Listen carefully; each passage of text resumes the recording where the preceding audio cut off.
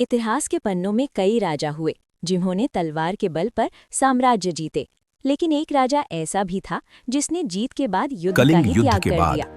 मौर्य महाराज सम्राट अशोक ने शस्त्र कलिंग त्याग की दिए रक्त-रंजित और धूलि धम्म ने का मार्ग अशोक के अपनाया। हृदय को बदल दिया था, और इस बदलाव का सबसे जीवंत प्रमाण मिलता है उनके 8वें शिलालेख में। अशोक से पहले और उनके शासन के शुरुआती वर्षों में राजा विहार यात्राओं पर निकलते थे। ये मनोरंजन और शक्ति प्रदर्शन की यात्राएं थीं। इनका मुख्य आकर्षण था मृग्या यानी शिकार। उत्सव होते थे, मदिरा और मांस का दौर चलता था। लेकिन राज्याभिषेक के 10वें वर्ष में सम्राट ने एक ऐसा निर्णय लिया जिसने भारतीय राजशाही की परिभाषा बदल दी। 8वां शिलालेख गवाही देता है कि राज्याभिषेक के 10वें वर्ष में सम्राट अशोक ने संबोधि यानी बोध गया की यात्रा की। ये उनकी पहली धम्म यात्रा थी। उन्होंने घोषणा की कि अब से मनोरंजन के लिए की जाने वाली यात्राएं समाप्त होंगी और उनकी जगह लेंगे आध्यात्मिक और लोक कल्याणकारी दौरे।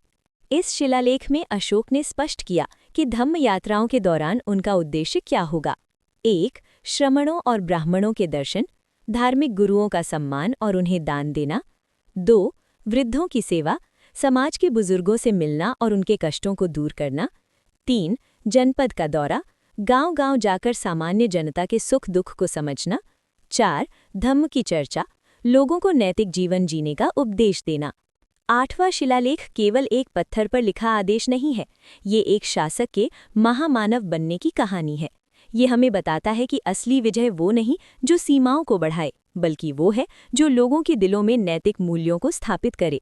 अशोक की ये धम्म यात्राएं आज भी हमें शांति, अहिंसा और मानवता का मार्ग दिखाती हैं। सम्राट अशोक के वृहद शिलालेख गिरनार, कालसी, धौली तथा जूनागढ़ में आज सम्राट अशोक के संदेश प्रकाशित कर रहे हैं। नमो बुद्धाय।